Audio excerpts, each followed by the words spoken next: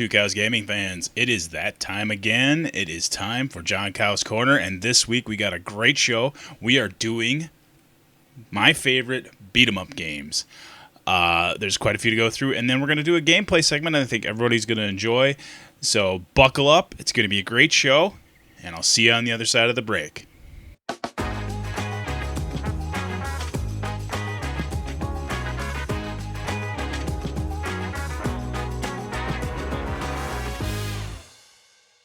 Welcome back to John Cow's Corner, the game show where we talk about 5 of my favorite games of different genres, and then we do a little bit of a gameplay segment. I got a little bit of housekeeping to take care of before we launch into the game, so we'll jump right in and do that. First of all, down below, you're going to see in the comments, or in the description, all of the different websites where you can track me down, all of my social media, all of my different channels where I can be found, and how to get in touch with me. If there are any topics or any genres you'd like me to cover or any specific games you'd like me to do a Let's Play on, just hit it in the comments, smash that subscribe button, and like my videos, and I will get back to you. Lastly, this is a positive show. I try not to be negative, so please keep the negative comments to yourselves in the comments section. Nobody likes a party pooper. And I especially don't like party poopers, so be kind to everybody. You don't know what other people are going through, so just when you're discussing things in the comments, try to remember to be kind. Also, check out my merch store. Every dime that is generated through the merch store gets dumped right back into the show, and we use it to buy different video games that we can play on stream. Also, games that we can do game reviews on. For example, last week I just purchased the game Third World War for Sega CD, and I plan on doing a game review on that at some point in the near future.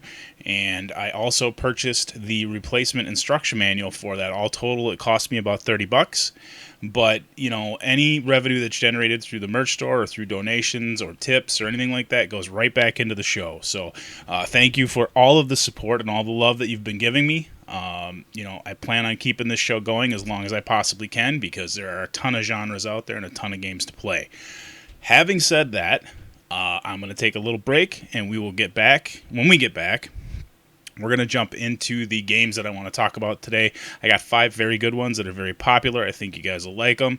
And the best news is if you want to buy them for yourselves, for your retro collection, they aren't real expensive. So I'll see you on the other side of the break.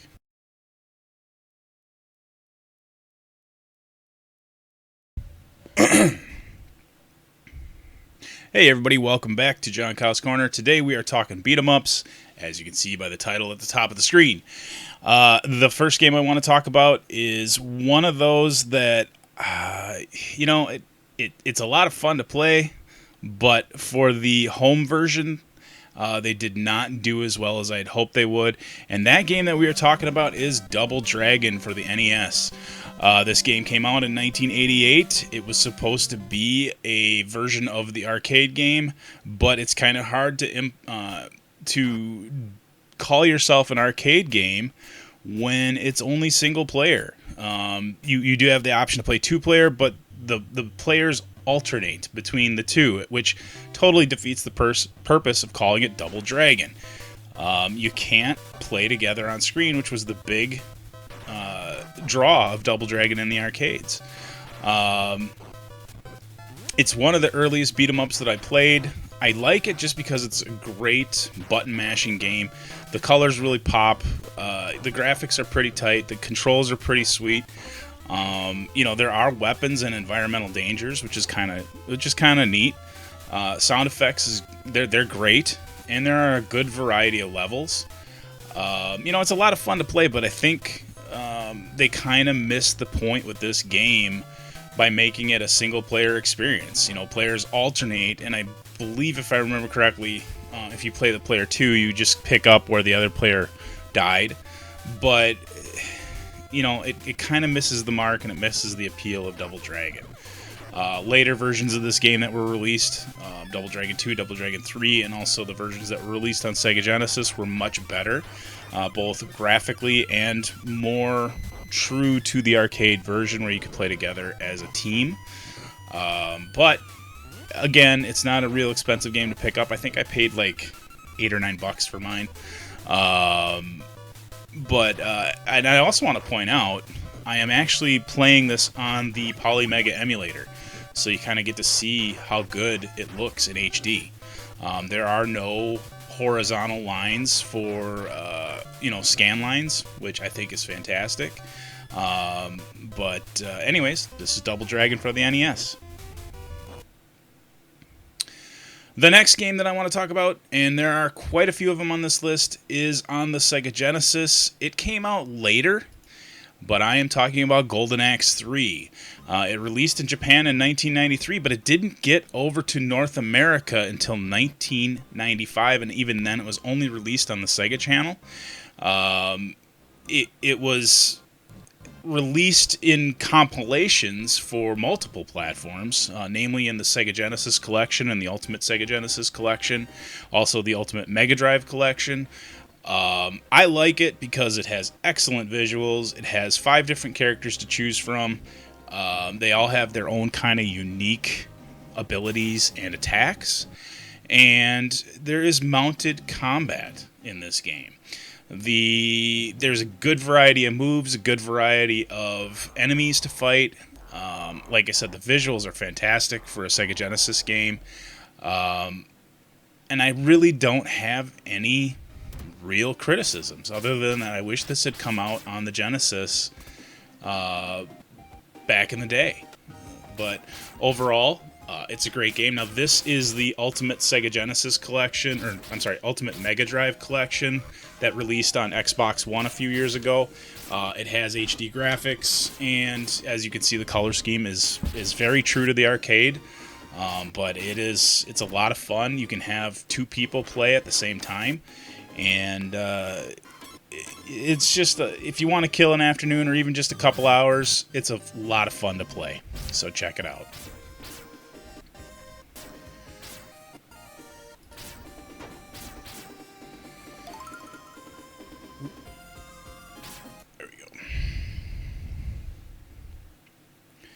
The third game on my list, number 3, is one that I pumped a ton of quarters into in the arcade. It is a blast to play, and the Sega Genesis version is actually not too bad of a translation. I am, of course, talking about Altered Beast. It came out in 1988, and I must have spent... Every time I'd go to the arcade, I'd spend $10 or $12 on this game just playing it because I loved it so much. The whole concept is that you are Greek heroes that have been resurrected to take on the main bad guy. And as you fight through the levels, you can collect power orbs. And when you collect 3 power orbs, you morph into a beast that you can fight the legions of evil with. The first one is the werewolf. The second one is a dragon. The third one is a bear, and I forget what the last one is. But there are 5 different levels of this game. The only real criticism I have of this game is that it's a little bit too short. Visually, it's fantastic. Sound effects are great. The different beasts you can morph into have different types of attacks, which I think is a lot of fun. And it's a pretty fast-paced game. But as you can see, the visuals for the updated Mega Drive collection are pretty cool. And I think you can get that right now on Xbox Series X for about $25. Now there are ways to drop that if you're part of the points system on Microsoft. You can earn points and then redeem them for gift cards. But yeah, it's about $25, $29 on Xbox Series X, and I think it's comparable on PlayStation 5. You can also get it on PC and Steam, but that is Altered Beast. Alright, the next game that is on my list wasn't even on my radar until I picked it up. It is an Xbox 360 game. It is an arcade game. And the reason it caught my interest is because I am a huge fan of tabletop role-playing games, and chief among them is Dungeons and Dragons, and this game is Dungeons and Dragons: The Tower of Doom. It's a side-scroller beat-em-up, kind of in the vein of Golden Axe. You can choose from 5 different original classes from the Dungeons and Dragons basic game. It came in box sets. You can choose a fighter, a cleric, a dwarf, an elf, or a thief. A mage. You fight through different levels. You collect coins. You collect different items. My big criticism is it's Dungeons and Dragons game in name only. Yes, you level up, but there's no real role playing elements, and your attacks are very basic. Visually, I think it looks great. The fighter looks impressive. There's different skill tomes you can pick up. But honestly, when you boil it all off, there just is not enough to the game. There are different paths through the levels, which is kind of cool. It gives you an option to go through different branching paths, and you fight different enemies, and you have to achieve different objectives. And there's a lot of classic Dungeons and Dragons monsters. For example, he's fighting some kobolds right now. Later on, he'll fight some goblins, some ghouls. There's even a displacer beast at one point that you have to fight. A troll that absolutely rocked my world until I figured out how to get around him and beat him. There's a gnoll that just jumped onto the screen. And it's very well done. I mean, the graphics look fantastic. And it's a fun game to play with friends. It's a fun game to kind of just kick back, chill out, beat up some monsters, and then shut her down when you're done. I guess the biggest criticisms I have is no armor upgrades, pretty basic weapons, no magic items to speak of, and it has a kind of a steep learning curve to learn the different buttons to push to get different attacks activated. But that is Dungeons & Dragons Towers of Doom. There is a sequel to it, and you can buy both of them on Xbox Live right now for about $15 as a 2-pack. The final game in this list that I want to talk about, my number one, is a classic. It came out on Sega Genesis. Like I said, there are 3 Sega Genesis games on this list that came as part of the Sega Mega Drive collection, but they're also part of the Sega Genesis Ultimate Collection that came out on Xbox 360 and PS3. I am, of course, talking about Streets of Rage.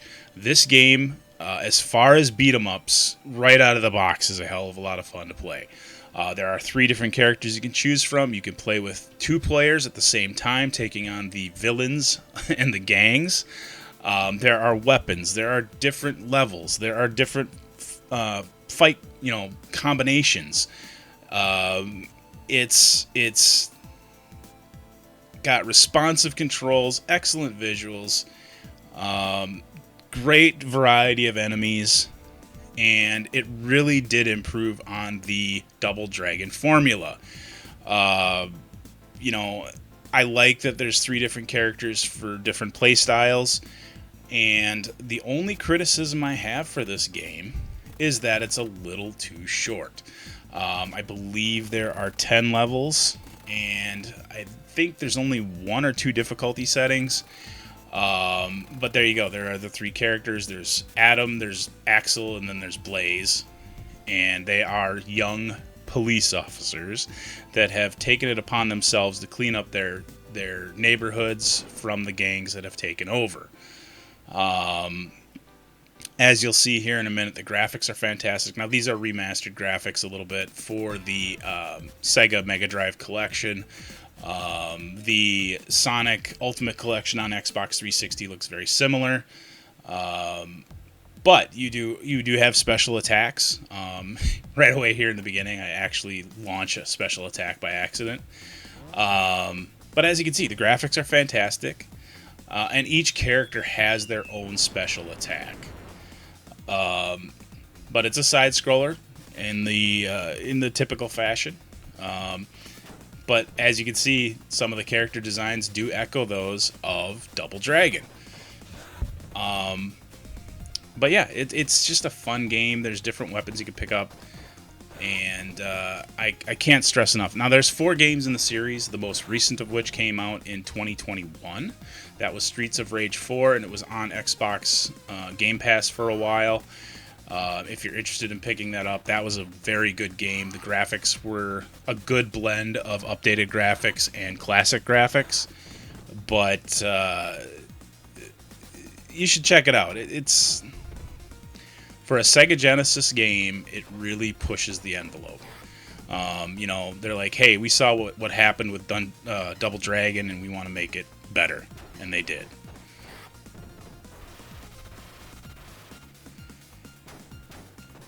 And that is going to do it for my top 5 games, my top 5 beat-em-ups.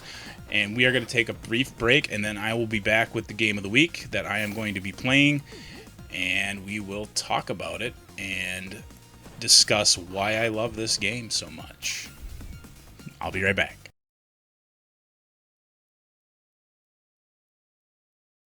Alright, we're back, and we are checking out Teenage Mutant Ninja Turtles Shredder's Revenge. I got a couple of little notes here for people that are curious. Released in 2022, this game was inspired by the original arcade game and the animated series. They used the original voice actors from the animated series to voice the characters in this game. Within 1 week of its release, this game sold 1 million copies. Why I love it, it's absolutely 100% a throwback to the classic arcade game, and it's Teenage Mutant Ninja Turtles. Teenage Mutant Ninja Turtles. So what else can I say? You can play story, arcade, survival. You know, it's a fun game. There's no way around it. And I think we're gonna actually start a new game. We're going to keep the power levels that I already have. And I am a huge fan of Leonardo. That's who I always play. We're going to skip this. I know how to play this game. We're not going to worry about it. Leo is always my jam. I like Donatello too, but when I want to play... Let's see here. I don't want to find players. Let's just go.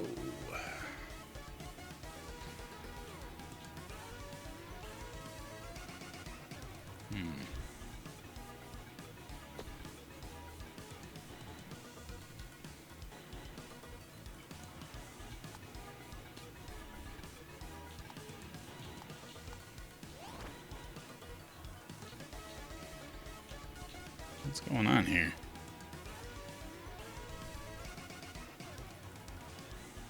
No, I don't want to play with anybody.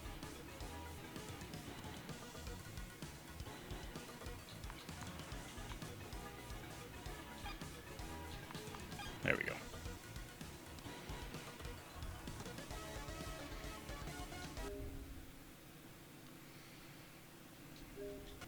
Oh.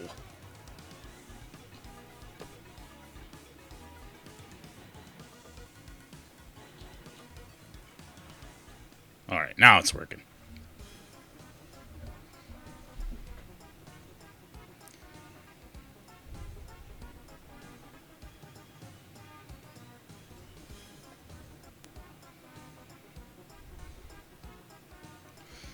We're going to skip the news. There's actually a story to this, but we're not going to pay attention to it. We're just going to play.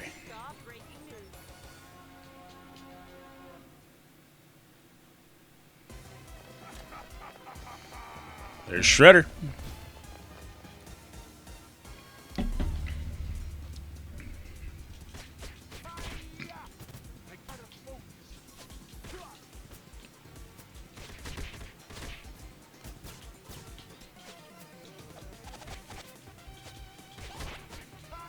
There we go.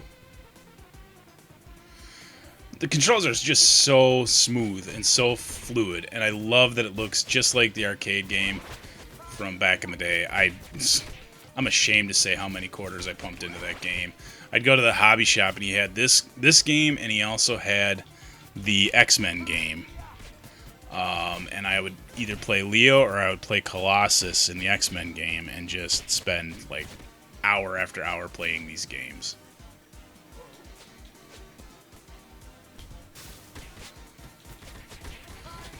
You will not defeat me, Foot Clan.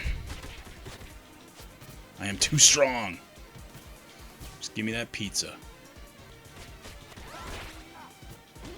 Oh no. Just tons of button mashing goodness.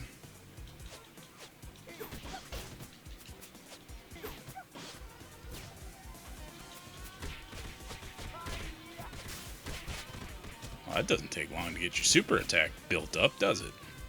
Uh-oh, what do we got here?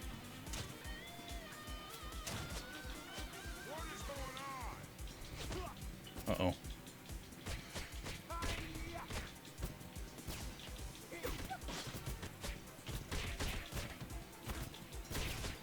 You don't want any of me.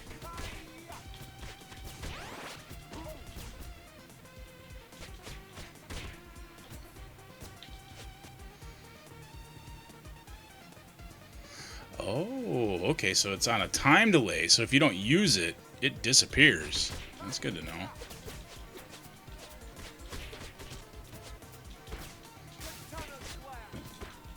How did I miss that guy? I need a pizza. Big time.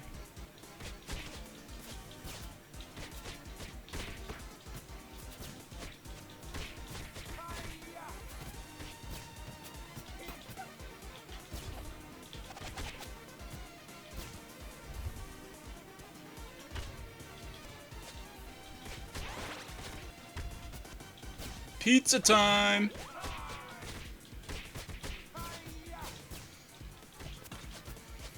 And a ham.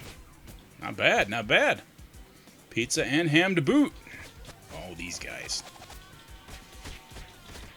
I like how he didn't even turn around when I jumped behind him.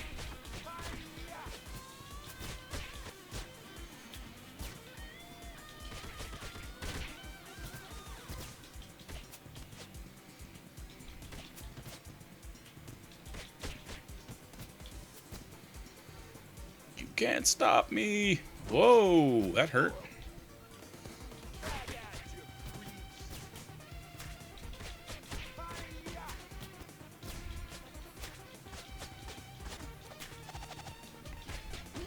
Ouch. This game also released, well, not this particular version, but Teenage Mutant Ninja Turtles, the arcade game, released on the NES, and it just wasn't as good. It was fun, but it wasn't as good as the arcade game.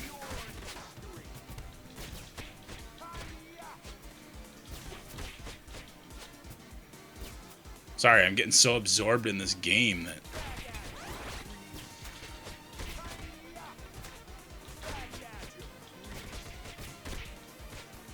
There's different achievements you can do, try to land in this game as well to get extra points.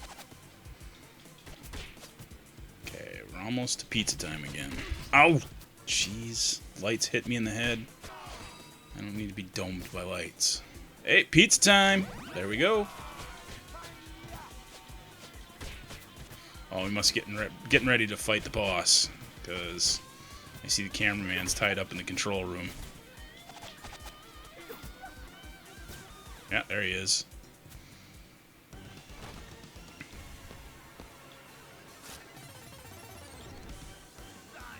Bebop! Bad news boar! Owie.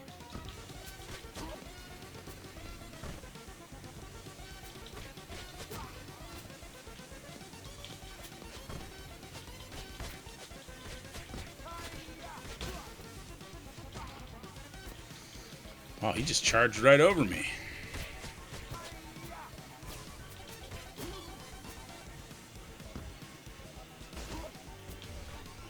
No double jump there. Uh-oh, uh-oh.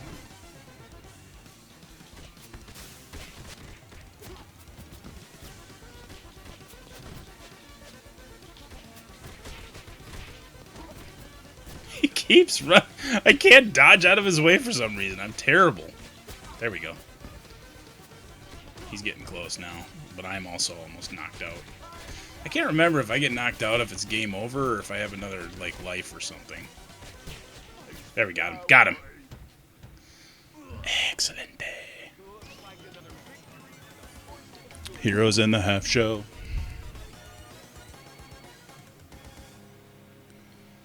Cowabunga, dude.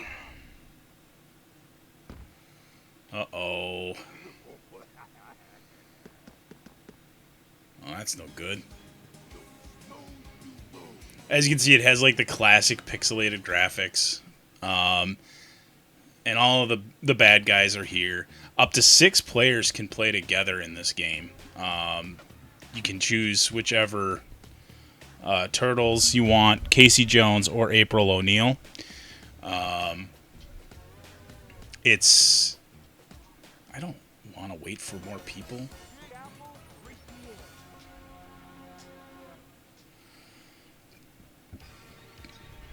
I should have gone offline when I started playing this game.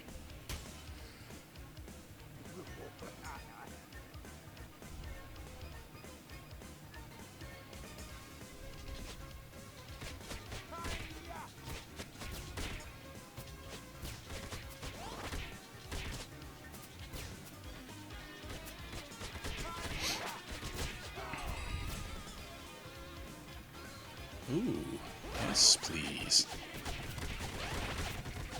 Special power-up. Look at that. Just laying waste to the Foot Clan.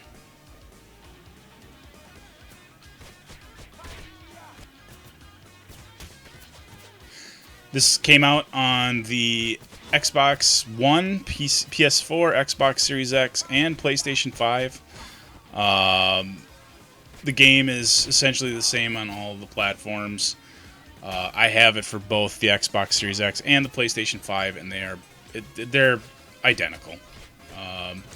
It just boils down to which system do you have, which system do you prefer, what style of controller do you like. But overall, they're the same game. Same with the PC version. It's the same game. Oh, hey, here's a guy here I got to rescue. How do I do that? Oh, no. I thought there were guys I had to rescue. Double cross. There it is. Oh, yeah, you can actually use these cans here to blow things up if you want. In that case, I blew myself up. But this moves and behaves just like the actual arcade game. Now, it's not the same story, obviously. But like the way you navigate through the levels is essentially the same. It's kind of a side-scrolling, up and down kind of thing. And it's just a lot of fun. It's just button-mashing fun. X is your main attack button. Y button is your special. B button does your somersaults. A button jumps, and while you're in there, you can do different attacks. All these motorcycle dudes.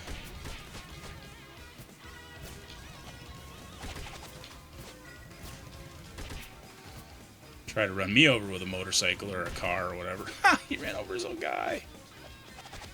Smooth.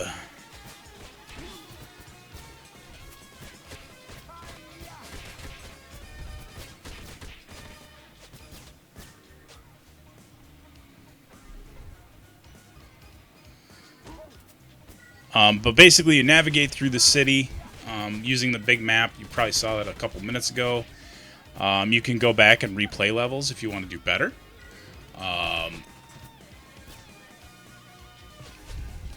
This guy just picked up an engine block? Are you kidding me? I think you can go down in that pit, too, or in that manhole. I'm not positive, but I think you can. Nope. You go down there and you fall and you hurt yourself. Never mind.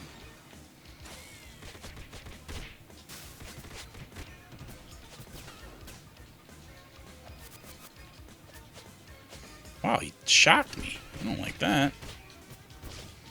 Oh yeah, pizza time. Look at that. Cowabunga, dude. Oh, what's this one? Infinite? Oh, infinite ninja power. Nice. Look at this. Just keep triggering your ultimate. Oh, I wasted that, didn't I? So there are different power-ups for different pizzas. That's cool. I'm down with that.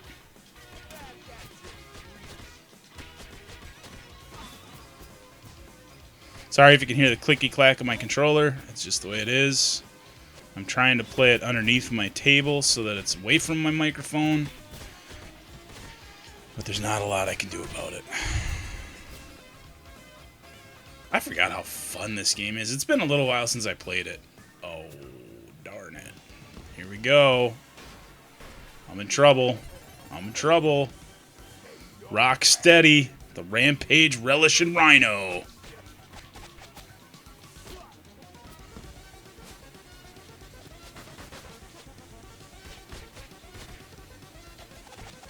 Did he have turtle shell grenades right there? That's kind of rude.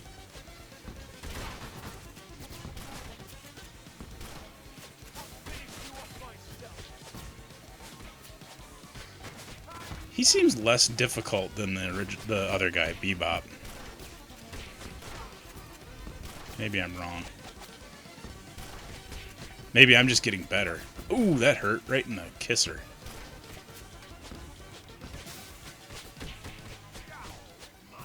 Got him. Got him. Take that.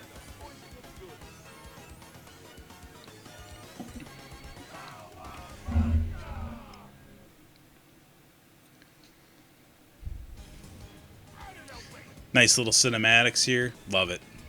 Love it. Just classic 16-bit goodness. So this is what I was talking about. You can go all over the map, and you can go back and replay different levels if you wish.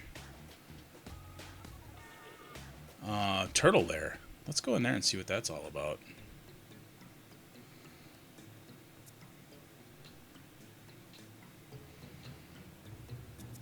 Oh, okay. Cool. What's the fitness journal? Oh, cool. Excuse me. Dojo. I don't know if I can actually select any of these. I don't think I can. Classic headlines.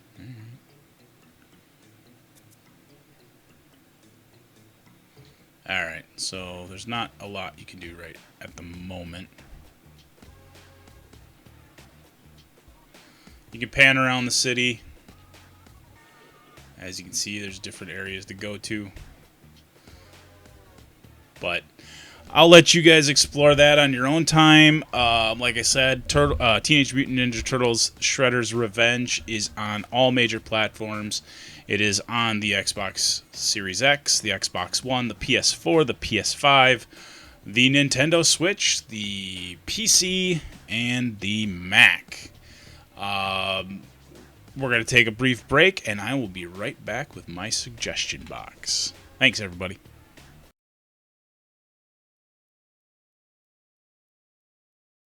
All right, we're back with my suggestion box, and this week we are talking about another classic beat 'em up. I really would like to see one of the game publishers come out with a reboot of the X-Men arcade game.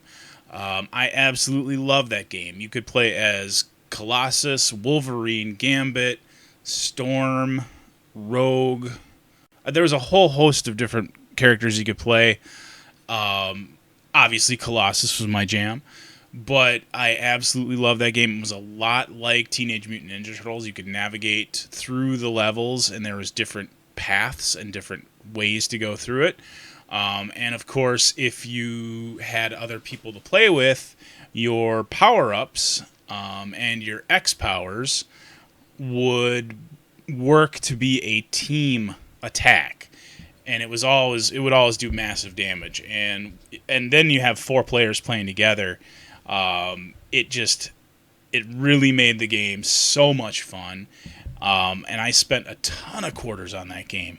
So whoever's listening, any publisher that's interested, I would say take my money if you were to come out with the X-Men arcade game, the classic version. But please throw Juggernaut in there as a player character. Other than that, that's all I got for you this week on this week's podcast. Next week, I don't know what I'm going to do for a topic.